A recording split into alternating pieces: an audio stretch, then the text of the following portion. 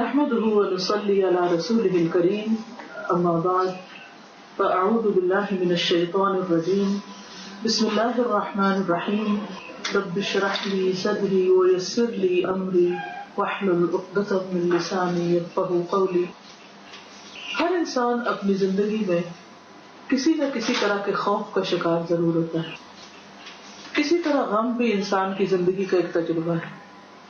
بعض اوقات ہم بغیر جانے بغیر کسی وجہ کے بھی اندیشوں کا شکار رہتے ہیں. کوئی بظاہر obvious ریزن نہیں ہوتی ہمارے سامنے، لیکن ہمیں کچھ فکریں ستائے رکھتی ہیں، دل بوجھل ہوتا ہے، یا انجانا سا ایک غم کا احساس یا اداسی کا احساس ہونے لگتا ہے. یہ انسانی زندگی کا ایک حصہ ہے. ہم اس پر کسی حد تک تو قابو پا سکتے ہیں، لیکن مکمل طور پر نجات حاصل نہیں کر سکتے، اس سے چھٹکارا نہیں پا سکتے. اس لیے کہ دنیا ہے ہی امتحان کے لیے، اور یہاں ہر شخص کا امتحان ہو رہا ہے، اور جب تک ہم زندہ ہیں یہ امتحان جاری رہے گا. ہمارا ہر دن دوسرے دن سے مختلف ہوتا ہے. بہت سی چیزیں ہمارے بس میں نہیں ہوتی، ہمارے کنٹرول میں نہیں ہوتی. جو چیزیں ہمیں نظر آتی ہیں، مثلاً یہاں سے ایک چیز اٹھا کر یہاں پر رکھی جا سکتی ہے، لیکن دل کی بدلتی ہوئی حالتیں، ان پر قابو پانا بہت مشکل ہوتا ہے. اور یہیں سے انسان کو احساس ہوتا ہے کہ خلق الانسان ضعیفا، کہ انسان کمزور پیدا کیا گیا ہے. ہم کتنے بھی پڑھے لکھے ہوں، کتنے بھی دیندار ہوں، عبادت گزار ہوں، کسی بھی مقام اور مرتبے پر پہنچ جائیں، ہم یہ نہیں کہہ سکتے کہ ہمیں غم نہیں چھو سکتا. ہم کسی چیز سے نہیں ڈرتے، چاہے کوئی دعویٰ بھی کرے، لیکن ہم وہ غم ساتھ رہتا ہے. حضرت یعقوب علیہ السلام جو اللہ کے پیغمبر تھے، پیغمبر کے بیٹے تھے، پیغمبر کے پوتے تھے. یوسف علیہ السلام کے کھو جانے کے بعد ان کی کیا کیفیت تھی، ان کی کیا حالت. ان کے لیے ایک بہت بڑا امتحان تھا، اور زندگی کے کئی سال تک یہ امتحان جاری رہا. لیکن غم کی اس کیفیت میں وہ کرتے کیا تھے؟ وہ لوگوں کے سامنے اس کا رونا نہیں روتے، لوگوں سے شکایت نہیں کرتے. وہ کہتے تھے کہ انما اشکو بثی وحزنی الی اللہ واللہ بصیر بالعباد، کہ میں اپنے غم اور دکھ کی فریاد اپنے رب سے کرتا ہوں. اور یہی ایک خوبصورت طریقہ ہے کہ انسان اپنے دل کے دکھ، اپنے دل کے راز، اپنے دل کے غم، اپنی پریشانیاں اپنے رب کے سامنے رکھے. اسی طرح خوف کا معاملہ بھی، مستقبل کے انجانے خوف، اندیشے، اپنے بارے میں، اولاد کے بارے میں، حالات کے بارے میں، آخرت کے بارے میں، کوئی نہ کوئی خوف ہمارے سامنے آتا رہتا ہے. ہم کسی نہ کسی چیز کے بارے میں سوچ کر بہت پریشان بھی ہو جاتے. ایون ہم جب بہت خوش بھی ہوتے ہیں تو آپ نے دیکھا ہوگا کہ خوشی کے بعد ایک دم ہمارے دل پر ایک عجیب سا بوجھ سا آتا ہے. مثلا ہم کسی مجلس میں ہوتے ہیں، وہاں ہم نے کیا اچھا کیا، کیا نہیں کیا، اس وقت ہمیں احساس نہیں ہوتا. ہم ایسے ایک جوش میں ہوتے ہیں کہ ہمیں بعض اوقات کسی کی بھی چوٹ محسوس نہیں ہوتی، اور ہم بھی کسی کو جو چوٹ لگاتے ہیں ہمیں پتہ نہیں چلتا کہ ہم نے کیا کی. لیکن آپ نے دیکھا ہوگا کہ جنہیں آپ جا کے گاڑی میں بیٹھتے اور آپ گھر جاتے ہیں، واپس لوٹتے ہیں، تو آپ کو ایک ایک بات یاد آنے لگتی ہے کہ میں نے یہ کیوں کیا، میں نے اس کو یہ کیوں کہہ دیا، یا اس نے مجھے یہ کیوں کہہ دیا، یا اس نے جو یہ بات، فلاں نے جو یہ بات کہی تھی، تو اب اس کا ہوگا کیا. یہ وہ کیفیات ہیں، یہ وہ چیزیں ہیں کہ جن کا تجربہ ہم میں سے ہر ایک کو ہوتا رہتا ہے. ایسے موقع پر کرنا کیا چاہیے؟ پہلی بات یہ کہ ہوتا کیوں؟ یہ ہوتا ہے ہمارے امتحان کے لیے، ہماری آزمائش کے لیے. قرآن مجید میں اللہ تعالیٰ فرماتے ہیں وَلَنَبْلُوَنَّكُمْ بِشَيْءٍ مِّنَ الْخَوْفِ وَالْجُوعِ وَنَقْصٍ مِّنَ الْأَمْوَالِ وَالْأَنفُسِ وَالثَّمَرَاتِ وَبَشِّرِ الصَّابِرِينَ الَّذِينَ إِذَا أَصَابَتْهُمْ مُصِيبَةٌ قَالُوا إِنَّا لِلَّهِ وَإِنَّا إِلَيْهِ رَاجِعُونَ أُولَٰئِكَ عَلَيْهِمْ صَلَوَاتٌ مِّن رَّبِّهِمْ وَرَحْمَةٌ وَأُولَٰئِكَ هُمُ الْمُهْتَدُونَ. ہم ضرور ضرور تمہاری آزمائش کریں گے. وَلَنَبْلُوَنَّكُمْ، اس میں لَبْلُوَنَّكُمْ میں لام بھی تاکید کا ہے اور نون بھی نون ثقیلہ جو ہے یہ بھی تاکید کا ہے کہ ضرور ضرور تمہارا امتحان ہوگا. کہ ہو نہیں سکتا کہ کوئی شخص اس دنیا سے پار کر جائے بغیر امتحان. کبھی خوف ہوگا، کبھی بھوک ہوگی، کبھی کسی چیز کی کمی ہوگی، کبھی پھلوں کی، کبھی مال کی، کبھی جان کی، کبھی کوئی انسان چلا جائے گا، کبھی بزنس میں کوئی لاس ہو جائے گا، کبھی کسی اور طرح. یہ ہوگا ضرور. اچھا یہ تو ہوگا، دس از اے فیکٹ. اور یہ بھی نہیں کہ ایک دفعہ ہوگا، بار بار بھی ہو سکتا ہے. اور یہ بھی نہیں کہ کوئی ایک چیز ہو، ساری چیزیں بھی ہو سکتی ہیں. بعض لوگوں کو اوپر تلے ان میں سے ہر ایک چیز کٹھی آ جاتی، بعض لوگ وقت وقت سے. لیکن ایک چیز آپ نے دیکھی ہوگی کہ ہر آنے والا وقت گزر جاتا ہے. مجھے یاد ہے کہ کچھ سال پہلے میں کینیڈا سے آئی تھی اور واپس جا رہی تھی اور وہاں دبئی میری فلائٹ تھی. تو میں رو رہی، بہت رو رہی، بہت اداسی تھی مجھے جانے. اور میں سوچی تھی کہ میں واپس کب آؤں. ظاہر ہے کہ ایک اسلامی ملک، اپنے لوگ، وہ ایک بات ہی کچھ اور ہوتی ہے. اور کہیں ایسی جگہ پر جانا اور ایک کام کے لیے جانا ایک اور کیفیت ہوتی ہے. بہرحال جس سال میں بھی اللہ تعالیٰ رکھے. یہاں اکثر جہاز بہت اڑتے ہیں، آپ سب کے نوٹس میں آتے. تو جب جہاز اڑتا ہے تو مجھے وہ اپنی کیفیت یاد آتی ہے کیونکہ وہ وقت تھا جو گزر گیا.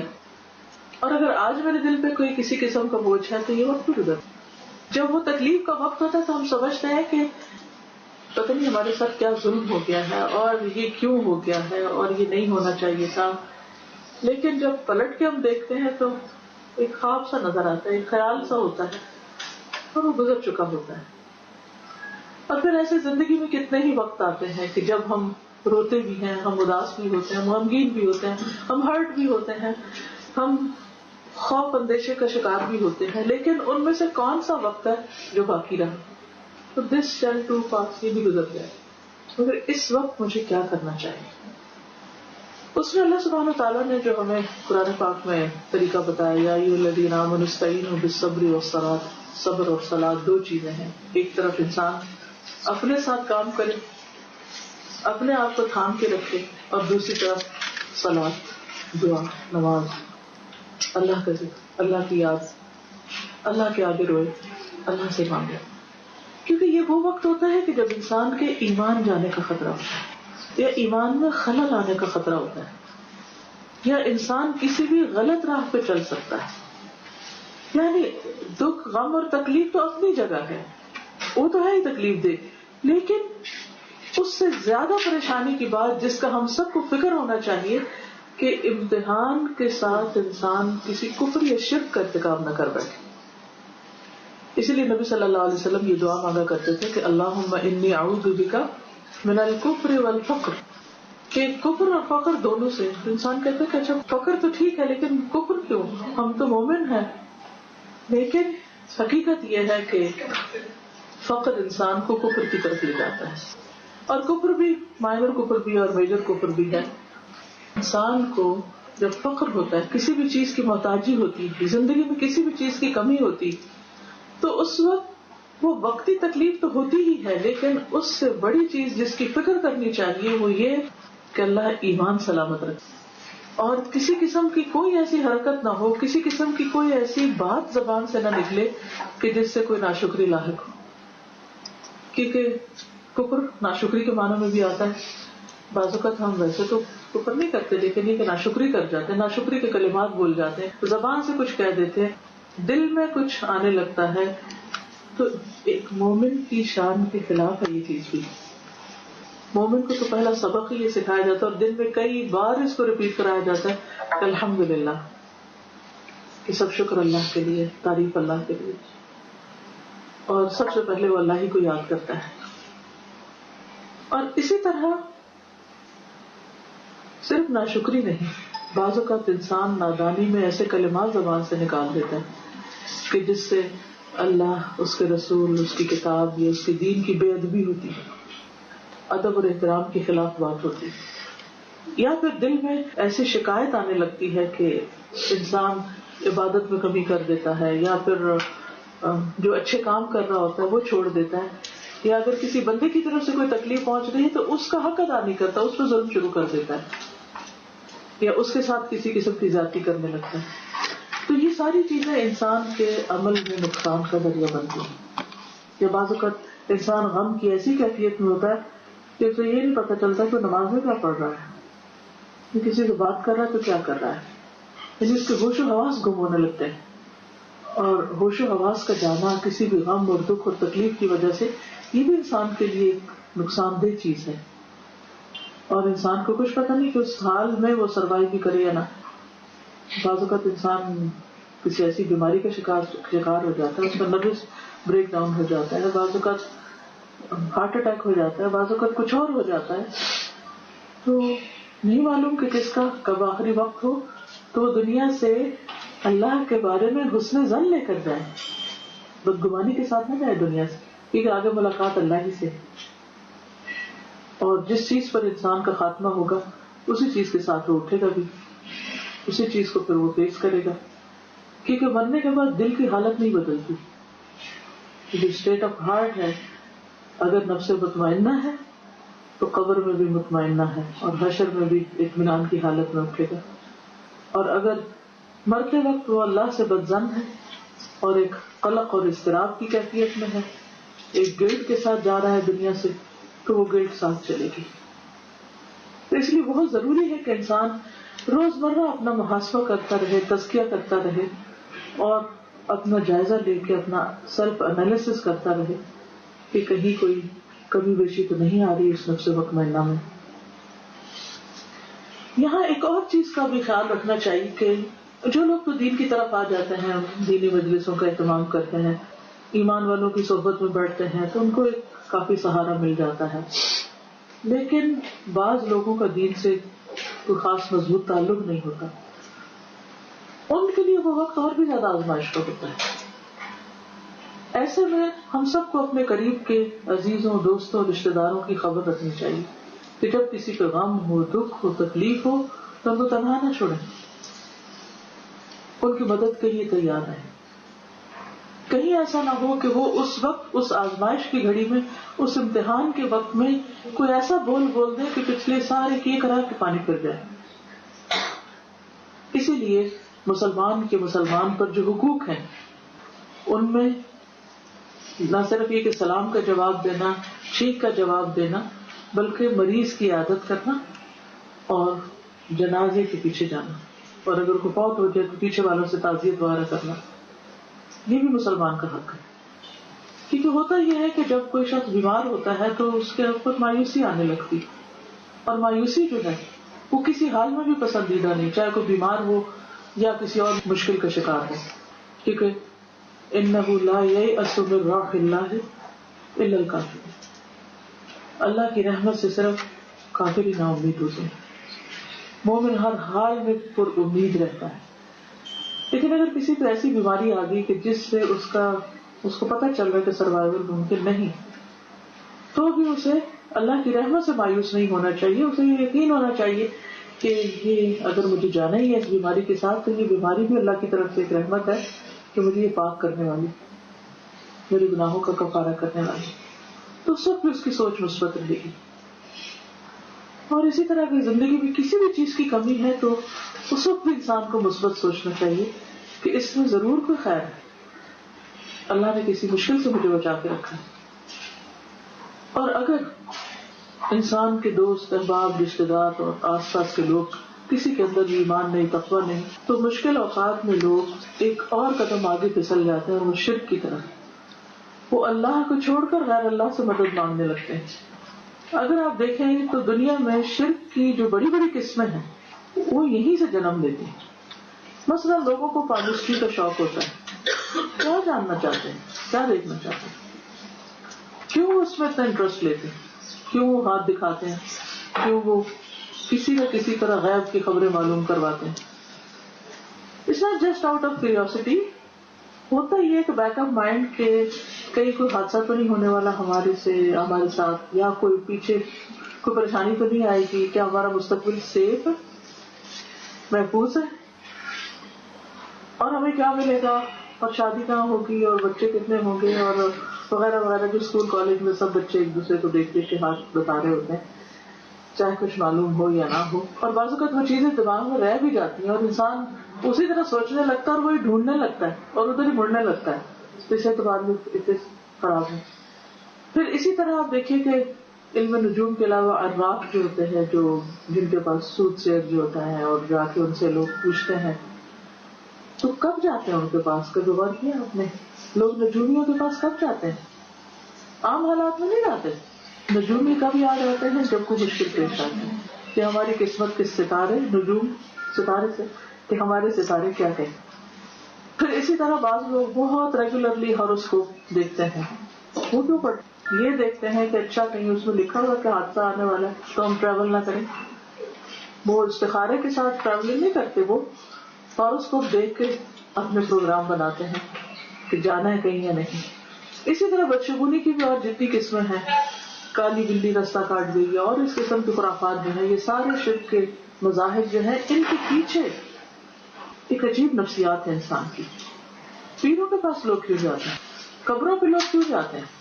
غیر اللہ کو سجدہ کیوں کرتے ہیں؟ لوگوں پہ بھروسہ کرتے ہیں، اللہ پہ کیوں نہیں کرتے؟ انسانوں پہ توکل ہے، اللہ پہ کیوں نہیں؟ کیا وجہ ہے کہ انسان اپنی ذات میں کمزور ہے؟ وہ ایک ایسا سہارا چاہتا ہے جو جلدی سے اس کا ہاتھ پکڑ لے اور اس کو تھام لے اور پھر اس کے لیے سب کچھ کر دے. انسان کے دل بھی کیوں ٹوٹتے؟ کیونکہ وہ انسانوں سے توقعات کرتا ہے، اللہ سے نہیں کرتا. تو اگر آپ مختلف طرح کی اپنے آس پاس ہونے والی خرابیوں کو، چاہے وہ ہمارے اپنے اندر ہوں یا آس پاس میں ہوں، ان سب کو اگر آپ اینالائز کریں تو آپ اس نتیجے میں پہنچیں کہ انسان اپنی ذات میں کمزور ہے. وہ اپنی کمزوری کو دور کرنے کے لیے کسی کا سہارا چاہتا ہے. بعض اوقات وہ مادی سہاروں کی تلاش میں ہوتا ہے، تو دولت کو خدا بنا لیتا ہے کہ وہ دولت ہے تو سب کچھ ہوتا ہے. بہت سے لوگوں کو آپ نے یہ کہتے سنا ہوگا کہ پیسہ ہے تو کیا نہیں خرید سکتے. یہ اس کا مطلب یہ ہے کہ سب کچھ مالی ہے. لیکن قرآن مجید اگر ہم پڑھیں تو پتہ چلتا ہے کہ باغ والوں کے دو قصے بیان ہوئے ہیں، ایک سورۃ القلم میں اور ایک سورۃ الکہف میں. کہ کس طرح ان کو اپنے مال پہ بھروسہ تھا، لیکن اللہ تعالیٰ نے اس کے ساتھ کیا کیا. اور اس وقت انہیں کہا ہے یا لیتنی لم اشرک بربی احدا، کاش میں اپنے رب کے ساتھ کسی کو شریک نہ کرتا. تو وہ شرک کس چیز کا؟ تو دولت کو شریک کرنا. بعض اوقات انسان کو اپنی صحت پہ، اپنی طاقت پہ، زور بازو پہ بڑا مان ہوتا ہے. بعض اوقات اپنے عہدے پہ یا کسی رشتے دار کے کسی عہدے یا اتھارٹی یا اس پہ بڑا مان ہوتا ہے. یہ کام ہمارے لیے کیا مشکل ہے، ہم فلاں کو کہتے ہیں کہ کام ہو جائے، اور اس میں اللہ کا کہیں نام یا ذکر یا کوئی کسی قسم کی کوئی چیز ایسی نہیں ہوتی. ایسی صورت میں انسان کو ہمیشہ، یعنی ٹھیک ہے غم اور دکھ کی تکلیف کے وقت آپ دعائیں مانگیں، اللہ کو یاد کریں، ذکر کریں، لیکن دوسری طرف ساتھ ہی انتہائی محتاط رہیں. کہ جیسے بعض کو پتا نا کہ آپ کوئی بیمار ہوتا ہے تو فوراً ڈاکٹر کیا لگاتے ہیں، مختلف چیزیں لگا کے ٹیسٹ کرتے، بلڈ پریشر دیکھنے لگتے ہیں، بلڈ ٹیسٹ کرنے لگتے ہیں مختلف. تو وہ ٹیسٹ اس وقت میں جیسے کوئی بھی ایمرجنسی ہو تو اپنے ایمان کا بھی ایسے ٹیسٹ کریں کہ کہیں کوئی گڑبڑ تو نہیں، کہیں سوچ میں کیا رہی ہوں، بول میں کیا رہی ہوں، لوگ کیا کہہ رہے ہیں. ایون بعض اوقات لوگ انتہائی غلط شرکیہ بات کہہ رہے ہوتے ہیں اور ہم ہاں کر رہے ہوتے ہیں، انجانے میں ہاں کر رہے ہوتے ہیں، حالانکہ ہمیں پتا ہوتا ہے یہ غلط کہہ رہا ہے، لیکن ہمیں بھول جاتا ہے کہ ہم نے اس پہ ہاں نہیں کرنی. ہم جسٹ کرٹسی کے طور پہ کسی کو، اور وہ بولے چاہے اس وقت انسان کو یا خاموشی اختیار کرنی چاہیے اگر موقع نہیں ہے سمجھانے کا، کیونکہ بعض ایسے حادثات ہوتے ہیں کہ اس میں انسان ایسی مذہبی ویسے نہیں چھیڑ سکتا، اور نہ دوسرا مانے گا، معاملہ کچھ اور کچھ سے کچھ بن جائے گا، فتنہ فساد کھڑا ہو جائے گا. وہاں خاموش رہنا چاہیے، اور یا پھر یہ کہ زبان سے کہنا چاہیے کہ سب کچھ تو اللہ کے ہاتھ میں ہے. کیونکہ ہوتا یہ کہ جب کوئی ایسا مسئلہ ہوتا ہے تو لوگ طرح طرح کے مشورے لے کے آ جاتے ہیں اور وہ سولوشن بتانے لگتے ہیں، اور وہ بتاتے ہیں کہ ہاں فلاں کے ساتھ ایسا ہوا تھا اور وہ فلاں کے پاس چلا گیا اور اس نے 2 دن میں حل کر دیا، اور فلاں نے یہ وظیفہ پڑھا اور فلاں نے ایسا کیا. تو شرک کے ساتھ بدعات بھی چلی آتی ہیں، اور بدعات میں جب انسان پڑتا تو وہ بھی انسان کو گمراہی کی طرف لے جاتی ہے اور وہ بھی انسان کو الٹیمیٹلی نقصان کی طرف لے جاتی ہے. تو اس لیے بہت ضروری ہے کہ قرآن و سنت کی روشنی میں ہمیں یہ معلوم ہو کہ کس موقع پر کیا کرنا ہے، کیونکہ یہ ہو نہیں سکتا کہ کسی مسئلے کا حل اللہ تعالیٰ نے نہ اٹھایا اور رسول اللہ صلی اللہ علیہ وسلم نے اس پر کوئی روشنی نہ ڈالی. یہ الگ بات ہے کہ ہمیں علم نہ ہو، یا پھر یہ کہ علم کے ساتھ یقین بھی ضروری ہوتا ہے، یقین نہ ہو. یا پھر یہ کہ اس کے ساتھ اخلاص چاہیے اس کے اندر اثر اس علم پر عمل کرنے کے لیے تو اخلاص ہی نہ ہو. اور پھر یا یہ کہ پوری طرح ہم نے اسے ایکسپٹ ہی نہ کیا ہو کہ یہ ہو سکتا ہے اس سے, اور پھر ہم اسے آزما ہی نہ رہے ہوں, پتہ ہونے کی حد تک بس پتہ ہے. تو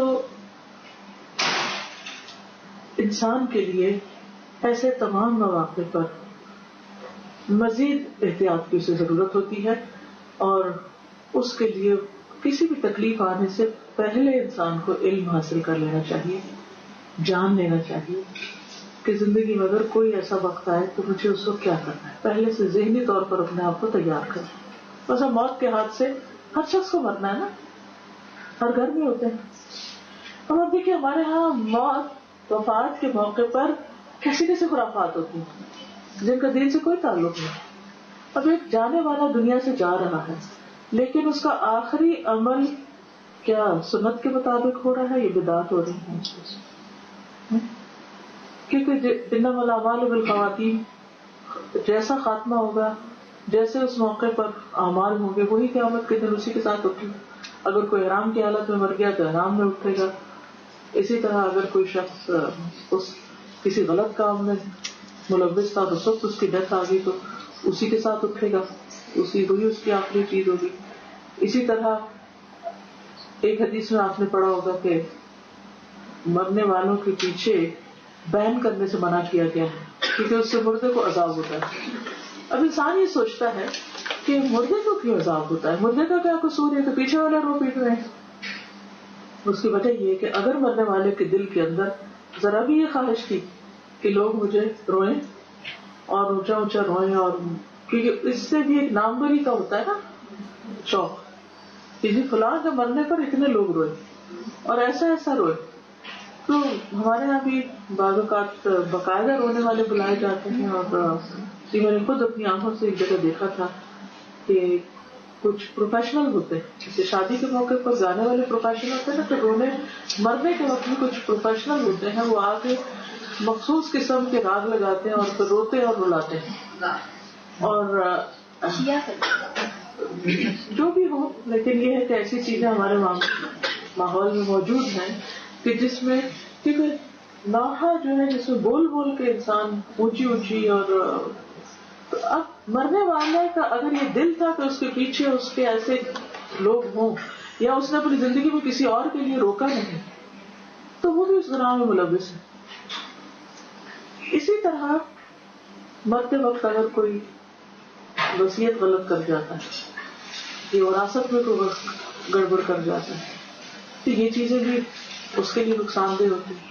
کیونکہ ہوتا ہے کہ جب انسان موت کے قریب ہوتا ہے, بیماری کی حالت میں ہوتا ہے, یا بڑھاپے میں ہوتا ہے, تو جو لوگ آس پاس ہوتے ہیں وہ اس کو اپنے ساتھ اتنا ملا لیتے ہیں کہ باقیوں کے حقوق کے ہیں ان کو جو قریب نہیں ہے ان کو ختم کروا دیتے ہیں, یا غلط وصیت لکھوا دیتے ہیں, اس میں ظلم ہوتا ہے سراسر, یا کچھ اور اس قسم کے چیزیں بکوا دی جاتی ہیں یا دلوا دی جاتی ہیں, یا گفٹ کروا دی جاتی ہیں تاکہ حقداروں کو حق سے محروم کر دیا جائے, وارثوں کو وراثت سے محروم کر دیا جائے. تو یہ سب کچھ جو ہے یہ انسان لا علمی کی بنا پہ بھی کرتا ہے, دوسروں کے دباؤ میں بھی آ کے کرتا ہے, غلط مشوروں کی وجہ سے بھی کرتا ہے. تو ہمیشہ انسان کو اس بات کے بارے میں سوچ لینا چاہیے کہ یہ زندگی صرف ایک بار ملی ہے, دوسرا چانس نہیں ہے, اس لیے بہت ہی احتیاط سے گزارنے کی ضرورت ہے. جیسے مثلاً اگر آپ کسی جنگل میں ہو جہاں پانی نہ ہو اور آپ کے پاس صرف ایک ہی بوتل واٹر کی ہو, تو آپ اس کو کیسے استعمال کرتے ہیں, اور گھر میں وہی پانی پڑا ہو تو ہم اسے کیسے استعمال کرتے ہیں. تو ہمارے پاس بس ایک ہی واٹر باٹل ہے جسے ہم بس اس کے دوسری نہیں ملے گی, نو ریپلیسمنٹ. تو اس کو کتنے احتیاط کے ساتھ رکھنا ہے اور کتنا صحیح جگہ پر استعمال کرنا ہے. جیسے وہ پانی جو جنگل میں ہم استعمال کرتے ہیں کہ ہم کہتے تیمم کر لیتے وضو نہیں کیونکہ یہی پانی, بس یہی پانی, بس بار بار یہ کہتے بس یہی پانی ہے. تم کیوں نہیں کہتے کہ بس یہی زندگی ہے, بس ایک ہی زندگی, ایک ہی چانس ہے. ہاں غلط کام کرتے وہ کہتے ایک ہی دفعہ کرنا ہے نا, لیکن اچھے کام کے وقت ہم نہیں یاد رکھتے کہ یہ زندگی ایک ہی بار ملی ہے. تو اللہ سبحانہ وتعالیٰ ہمیں قرآن مجید میں کہتے کہ وَلَا يَغُرَّنَّكُمْ بِاللَّهِ الْغَرُورُ, کہ دھوکے باز تمہیں دھوکے میں نہ ڈالے اللہ کے بارے میں. تو خلاصہ کلام یہ ہے، ساری گفتگو کا جو نتیجہ ہے وہ یہ ہے کہ غم، دکھ، تکلیف، پریشانی، مایوسی، محرومی، نقصان کے موقع پر ایمان کو سنبھالیں. باقی چیزیں تو اپنی جگہ ہیں ہی، دل بھی تھام لیتے ہیں اور لوگ بھی آ جاتے ہیں اور وہ وقت بھی گزر جاتا ہے، وہ سب کچھ ہو جاتا ہے، لیکن وہ ایک امتحان آتا ہے جس میں پاس ہونا ضروری ہے، کیونکہ وہیں سے انسان دائیں یا بائیں لڑک جاتا ہے. اور اکثر لوگ ایسے ہی مواقع پر جب پھسلتے ہیں تو پھر اٹھ نہیں پاتے. لیکن یہ ایسے مواقع بعض لوگوں کے لیے بہت زبردست ہدایت کا ذریعہ بھی بنتے ہیں. اللہ کی طرف رجوع اور بڑھ جاتا ہے، انسان پہلے سے زیادہ شکر گزار ہو جاتا ہے، انسان کی سوچ مثبت ہو جاتی ہے. لیکن یہ سب اسی وقت ہوتا ہے جب انسان کا اللہ پر مضبوط یقین، اعتماد اور بھروسہ ہوتا ہے. اور کسی بھی تکلیف کو انسان اللہ کا ظلم نہیں کہتا، بلکہ اس کا ایک فیصلہ سمجھتا ہے جو اپنے بندے کے حق میں کبھی بھی ظلم نہیں ہوتا. اس کے پیچھے ضرور بھلائی، ضرور خیر ہے. آج ہمیں نظر نہیں آتی کیونکہ آج نتیجے کا دن نہیں ہے نا، کل نتیجے کا دن ہے. تو اس وقت کسی بھی چیز کی محرومی انسان کے لیے کتنی بڑی نعمت اور کتنی بڑی جزا بن کے آئے گی، اس کا تو انسان سوچ بھی نہیں سکتا. اس دنیا میں مومن کو تو ایک کانٹا بھی چبھتا ہے تو اس کے لیے اس پر بھی اجر ہے اور اس کے گناہ جھڑتے ہیں. تو اللہ تعالیٰ سے دعا ہے کہ اللہ تعالیٰ ہمارے ایمان کی حفاظت فرمائے. آخر دعوانا الحمدللہ رب العالمین. ایک تھوڑا سا یہ انٹروڈیوس کرا دیتی ہوں. اس پر ایک کارڈ بھی ہم نے بنایا، حفاظت کی دعائیں. حفاظت کی دعائیں وہ دعائیں ہیں کہ جو قرآن و سنت سے ثابت ہیں. جیسے مثال کے طور پر آیت الکرسی ہے، تو بہت سی چیزوں سے حفاظت کا ذریعہ ہے. ہر شر سے ایک طرح سے انسان کو محفوظ رکھتی، یعنی نہ صرف یہ کہ بظاہر تکلیفوں سے بلکہ جو شر اور فتنے اور حادثے ہیں اننون قسم کے، اس سے بھی محفوظ رکھنے والی. اسی طرح سورۃ البقرہ کی آخری 2 آیات ہیں. صحیح حدیث سے پتہ چلتا ہے کہ نبی صلی اللہ علیہ وسلم کو یہ خاص طور پر عطا ہوئی تھی اور آپ نے فرمایا کہ جو ان کو رات کے وقت پڑھ لے وہ اس کو کافی ہو جاتی. رات کا اندھیرا جو ہے وہ انسان کے لیے انسان کو خوف زدہ کرتا ہے. بہت سی پریشانیاں انسان کو رات کو ہی آ جاتی ہیں. کبھی آنکھ کھل جاتی تو پھر اس کو اور زیادہ پریشانی ہوتی. جب بھی آپ حفاظت کی بات کریں تو حفاظت سے مراد صرف دنیاوی حادثے نہیں، ہمیشہ ایمان اور یقین اور اخلاص اور تقویٰ اور اچھے اخلاق، ان سب کی حفاظت بھی ذہن میں رکھا کریں. پھر اسی طرح سورۃ اخلاص ہے، معوذتین ہے. سورۃ اخلاص جو وہ جنت میں لے جانے والی ہے کہ اللہ کی توحید کا ذکر ہے اس میں. اب سوال یہ پیدا تھا کہ تکلیف کے وقت اور فتنے اور ان چیزوں سے بچنے کے لیے سورۃ اخلاص کیوں؟ کیونکہ انسان کا اور زیادہ اللہ پر یقین پختہ ہوتا چلا جاتا ہے اور انسان کے توکل میں بھی کمی آتی ہے تو وہ بھی اللہ کے حق میں کمی ہے ایک طرح سے. پھر معوذتین ہے. بہت سے لوگ جن کو یہ فکر ہوتی ہے کہ ہمیں کو جادو ہو گیا یا نظر لگ گئی یا اور اس طرح، تو وہ پھر میوزیشنس کے پاس چلے جاتے ہیں. جادو کا توڑ تو جادوگر سے کرواتے ہیں، اس سے منع کیا گیا ہے. جادو کا توڑ قرآن مجید کی آیات سے تو درست ہے لیکن جادوگر سے نہیں. کیونکہ جادوگر کون ہے کہ جو آپ کی کوئی دھاگوں پہ گرا لگائے یا پھر ایسے چیزیں منگوائے کہ جو سنت سے کہیں ثابت نہیں اور ان کے اوپر کوئی عمل کرے یا کسی چیز کے اوپر کوئی کچھ باندھ کے یا کچھ لگا کے ان کو کہیں پھینک دے، دبانے کو کہے یا اس قسم کی چیزیں. پھر اسی طرح یہ ہے کہ نبی صلی اللہ علیہ وسلم سے کچھ دعائیں منقول ہیں جیسے بسم اللہ الذی لا یضر مع اسمہ شیء فی الارض ولا فی السماء وهو السمیع العلیم اعوذ بکلمات اللہ التامات من شر ما خلق. پھر اس طرح نیند میں اگر کوئی ڈر جائے، رات کو خوف آئے، اس کے لیے دعائیں موجود ہیں. اگر کوئی دشمنی کر رہا ہے، تکلیف دیتا ہے، نقصان دیتا ہے تو اس کے لیے بہترین دعائیں موجود ہیں. اللہم اکفنیہم بما شئت، اللہم انا نجعلک فی نحورہم ونعوذ بک من شرورہم. کہ بے وجہ کوئی شخص آپ کے خلاف بولتا رہتا ہے اور اسی طرح باز نہیں آتا اور آپ کو نقصان دیتا ہے. اسی طرح یہ ہے کہ اگر انسان